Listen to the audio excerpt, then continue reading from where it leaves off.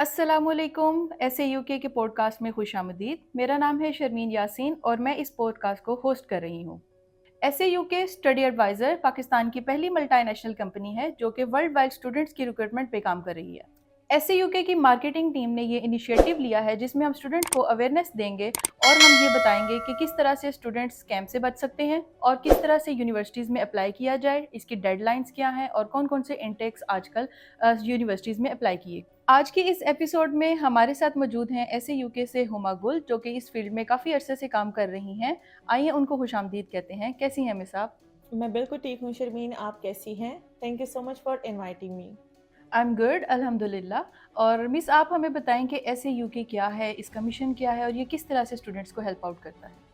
अच्छा, इससे UK stands for study advisers UK. इससे यूके का मिशन क्या है? इससे यूके का मिशन है स्टूडेंट्स को इंटरनेशनली रिक्रूट करना।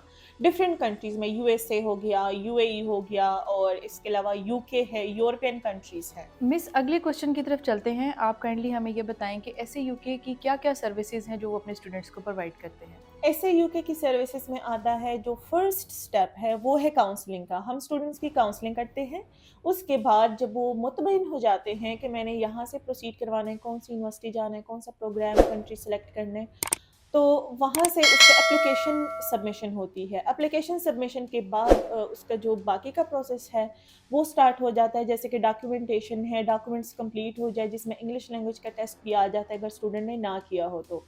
वो करने के बाद उसकी एप्लीकेशन सबमिट होती है, इंटरव्यू की प्रिपरेशन होती है और कैस लेटर अप्लाई करना होता है, यूनिवर्सिटी का इंटरव्यू क्लियर करना होता है। और फिर जब ये सारा कुछ कंप्लीट हो जाता है, तो जैसे जो कि एडमिशन का प्रोसेस है बेसिकली, ये कंप्लीट होने के बाद हम जाते हैं इमिग्रेशन के प्रोसेस की तरफ, जिसमें उसकी जो भी एम्बेसी को डॉक्यूमेंट्स चाहिए होते हैं वो कंप्लीट कर लेते हैं और फिर वीज़ा एप्लीकेशन करते हैं, डिफरेंट आईएचएस वगैरह पे करना होता है वो पे करते हैं, फिर उसका वीज़ा लग जाता है और उसको फिर हम प्री डिपार्चर गाइडेंस दे देते हैं कि वहाँ जाकर उसने कैसे किस तरह से अपने इमिग्रेशन के प्रोसेस को क्लियर करना है, एयरपोर्ट को कैसे क्रॉस करना है और वहाँ पे अकोमोडेशन का कोई इशू हो तो वो भी उनको गाइडेंस दे देते हैं स्टूडेंट्स को। तो ये है बेसिकली, ये जो प्रोसेस है ये 2 स्टेप्स पर मुश्तमिल है। एक एडमिशन का प्रोसेस जो कि यूनिवर्सिटी के साथ होता है, दूसरा प्रोसेस है एम्बेसी के साथ जो कि इमिग्रेशन का प्रोसेस है। ठीक है। सो मिस स्टूडेंट्स को अप्लाई करने के लिए कौन कौन से डॉक्यूमेंटेशन रिक्वायर्ड होते हैं, इसके बारे में भी आप थोड़ा सा हमें गाइड कीजिएगा।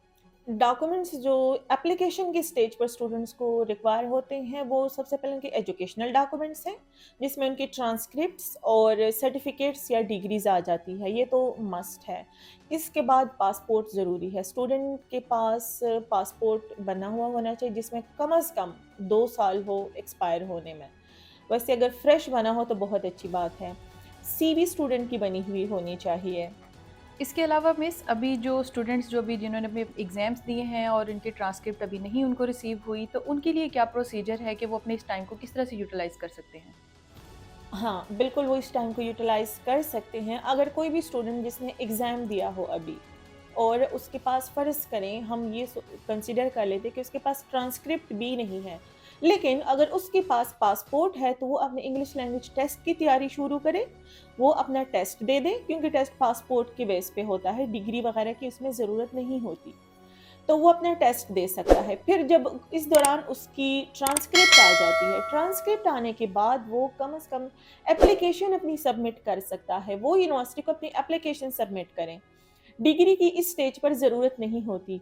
जब उसका बाकी का प्रोसीजर कंप्लीट हो जाएगा, जैसे कि उसका इंटरव्यू है, ऑफ़र लेटर आना है, ये सारा कुछ जब हो जाएगा, जब उसको स्पॉन्सरशिप लेटर मिलेगी यूनिवर्सिटी की तरफ से, जिसको कैस लेटर कहते हैं। कैस लेटर के मिलने के लिए उसकी डिग्री का होना ज़रूरी है। तब तक ये तकरीबन 2 महीने का प्रोसेस है, तो इस दौरान फिर उसको डिग्री मिल जाती है स्टूडेंट को, तो वो अपना प्रोसेस शुरू कर सकता है। ट्रांसक्रिप्ट से पहले वो अपने इंग्लिश लैंग्वेज टेस्ट की तैयारी करे, वो दे दें।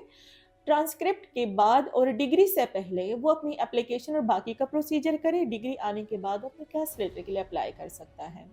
तो हुमा, जिस तरह अभी आपने बात की है कि इंग्लिश लैंग्वेज टेस्ट्स होते हैं, और आप क्या सजेस्ट करती हैं कि स्टूडेंट्स को कौन-सा इंग्लिश लैंग्वेज टेस्ट के लिए अप्लाई करना चाहिए? अच्छा, ये बहुत अच्छा क्वेश्चन है।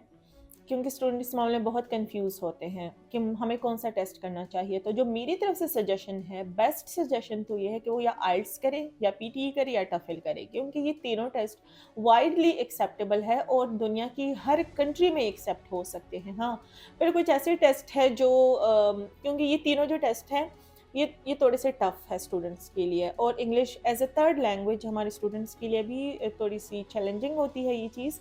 तो वो पता करे कि वो कौन सी यूनिवर्सिटी में अप्लाई करना चाहते हैं, वो अपने कंसल्टेंट से बात करे कि कौन सी यूनिवर्सिटी में अप्लाई हो रहा है। फिर वहीं से वो चेक करते हैं कि ये यूनिवर्सिटी कौन कौन से टेस्ट एक्सेप्ट कर रही है। जैसे कि कुछ यूनिवर्सिटीज़ है जो ऑनलाइन टेस्ट भी एक्सेप्ट करती है, जिसमें ऑक्सफोर्ड ईएलटी हो गया, लैंग्वेज सर्ट हो गया, और इवन कुछ universities medium of instruction certificate भी एक्सेप्ट करती है। तो स्टूडेंट को पता होना चाहिए, अपने कंसल्टेंट से ये सारी चीज़ें डिस्कस करनी चाहिए, पहले डॉक्यूमेंटेशन के दौरान ये सारी चीज़ें डिस्कस होनी चाहिए। इसके अलावा मिस एमओआई जो है इसके बारे में हम काफ़ी सुनते हैं, इसका अक्सर ज़िक्र होता है, तो एमओआई क्या है और इसके बारे में आप क्या इन्फॉर्मेशन हमें दे सकती हैं? अच्छा, MOI basically stands for medium of instruction certificate होता है, या कॉमन लैंग्वेज में इसको प्रोफिशेंसी लेटर भी कहते हैं, जो कि हमारी पाकिस्तान की यूनिवर्सिटीज़, जिन यूनिवर्सिटी से बच्चे ने पढ़ा होता है, वो उसको एक सर्टिफिकेट देती है कि इस बच्चे ने इंग्लिश में पढ़ा है, इसका जो मीडियम ऑफ इंस्ट्रक्शन था, जो कोर्स वगैरह था, वो इंग्लिश में था। तो इसके लिए इंग्लिश में कोर्स को परस्यू करना इतना मुश्किल नहीं है। इसको कहते हैं मीडियम ऑफ इंस्ट्रक्शन सर्टिफिकेट। लेकिन इसमें भी काफ़ी हर यूनिवर्सिटी के स्ट्रिक्ट रूल्स हैं, हर यूनिवर्सिटी की एमओआई नहीं एक्सेप्ट होती, और हर यूनिवर्सिटी जो इंटरनेशनल यूनिवर्सिटीज़ हैं वो भी हर यूनिवर्सिटी के एमओआई नहीं एक्सेप्ट करती। और बाकी भी ये हर यूनिवर्सिटी की रिक्वायरमेंट है कि कोई एमओआई हो सकता है कि वो ले रहे हो, कोई ना ले, नहीं लेता, कुछ यूनिवर्सिटीज़ नहीं लेती एमओआईज़। तो ये भी मैटर करता है कि जिस यूनिवर्सिटी में आप जाते हैं, क्या वो medium of instruction certificate accept कर रही है या नहीं कर रही। ठीक हो गया मिस। अब हमने एमओए को भी डिस्कस कर लिया और इंग्लिश लैंग्वेज टेस्ट को भी डिस्कस कर लिया, तो अब हम अगला क्वेश्चन आपसे ये पूछना चाहेंगे कि किस तरह से स्टूडेंट्स जो है वो यूनिवर्सिटीज़ को सिलेक्ट करें, क्योंकि बहुत से स्टूडेंट्स को इस चीज़ में कॉम्प्लिकेशन होती है कि वो किस तरह से कौन सी यूनिवर्सिटी उनके लिए बेहतर रहेगी। तो इसका क्या प्रोसेस है, क्या प्रोसीजर है, किस तरह से स्टूडेंट जो है वो अपनी यूनिवर्सिटी को सिलेक्ट कर सकते हैं? ये बड़ा ही डाइवर्स क्वेश्चन है, और ये केस टू केस वेरी करता है कि कौन सा स्टूडेंट किस यूनिवर्सिटी में जा सकता है, क्योंकि इसमें डिफरेंट फैक्टर्स आ जाते हैं। जैसे कि यूनिवर्सिटी के सिलेक्शन में सबसे पहली जो बात देखी जाती है वो है उसकी एंट्री रिक्वायरमेंट्स। एंट्री रिक्वायरमेंट्स दो तरह की होते हैं, एकेडमिक एंट्री रिक्वायरमेंट्स और इंग्लिश लैंग्वेज के एंट्री रिक्वायरमेंट्स। अगर तो वो किसी यूनिवर्सिटी के इन दोनों एंट्री रिक्वायरमेंट्स को मीट करता है तो तब वो उसमें एलिजिबल है।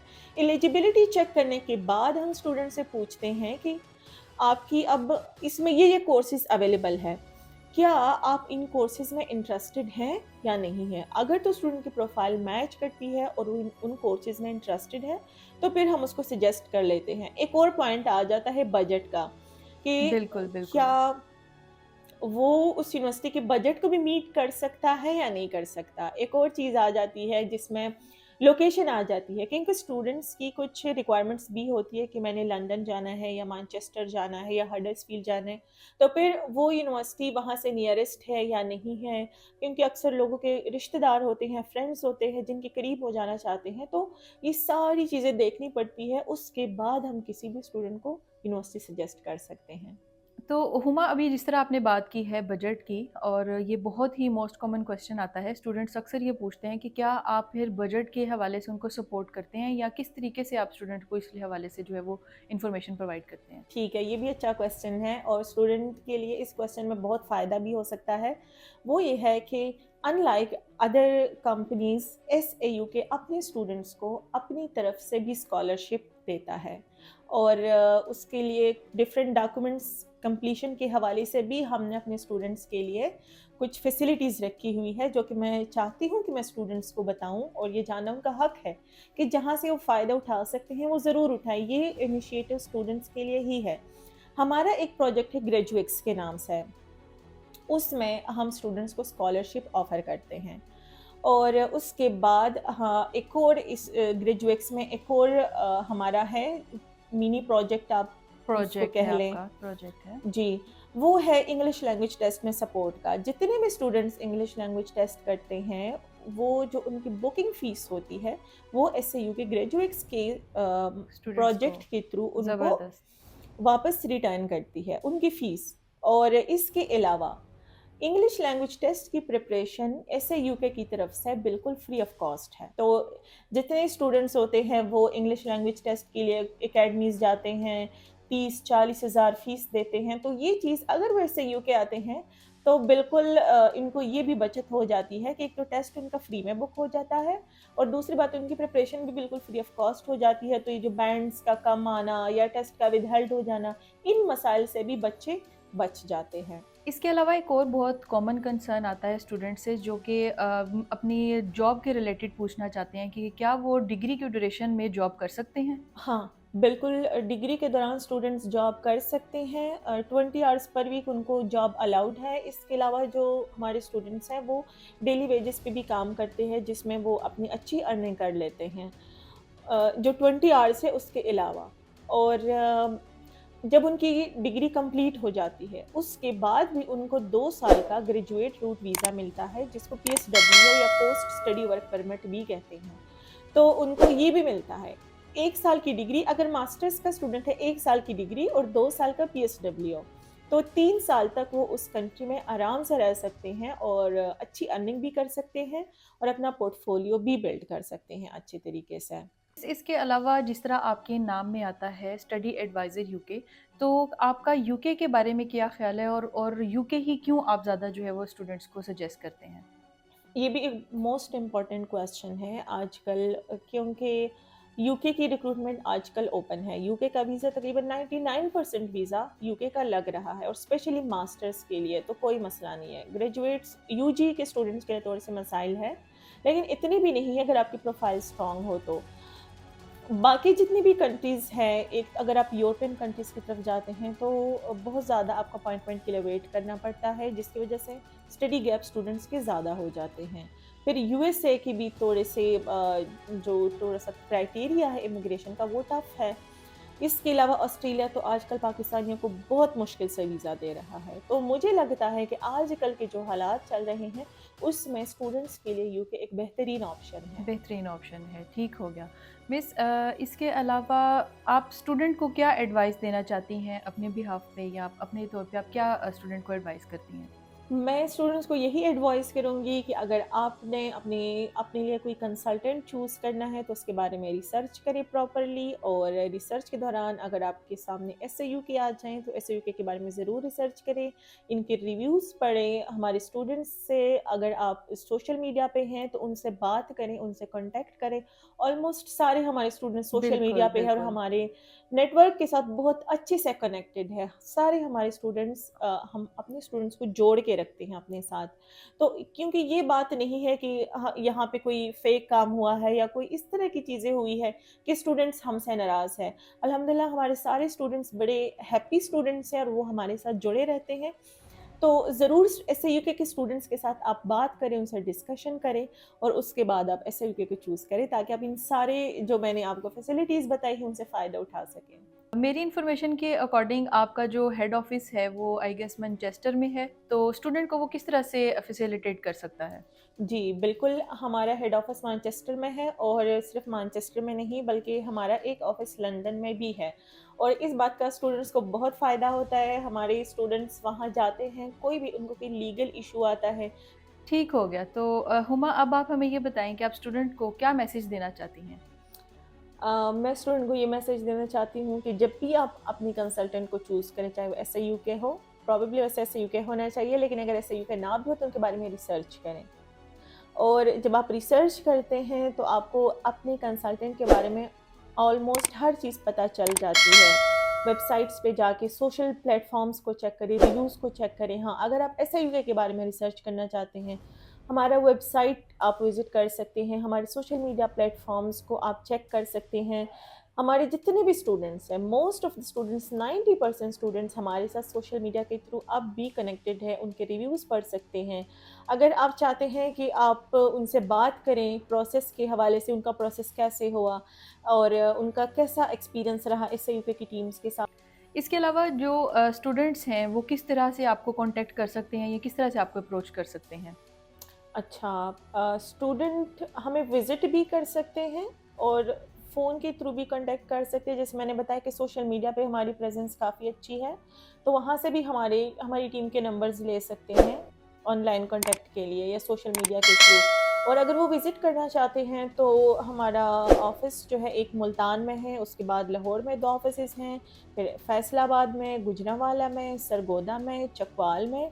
तो आप लोग विज़िट कर सकते हैं और गुड न्यूज़ ये है केपीके के स्टूडेंट्स के लिए कि अब हम सवात में भी अपना ऑफ़िस बहुत जल्द ओपन करने लगे हैं, तो इंशाल्लाह केपीके के स्टूडेंट्स वहाँ भी विज़िट कर सकते हैं। Thank you so much Huma गुल, आपके कीमती वक्त का बहुत शुक्रिया। उम्मीद करती हूँ कि स्टूडेंट को इस सेशन से बहुत फ़ायदा हासिल हुआ होगा। और स्टूडेंट्स, आपकी जो भी कंसर्न्स एंड क्यूरीज हैं आप कमेंट कर सकते हैं, हम आपके क्वेश्चन का आंसर करेंगे। मिलते हैं अगली एपिसोड में एक नए टॉपिक के साथ। अल्लाह हाफिज़।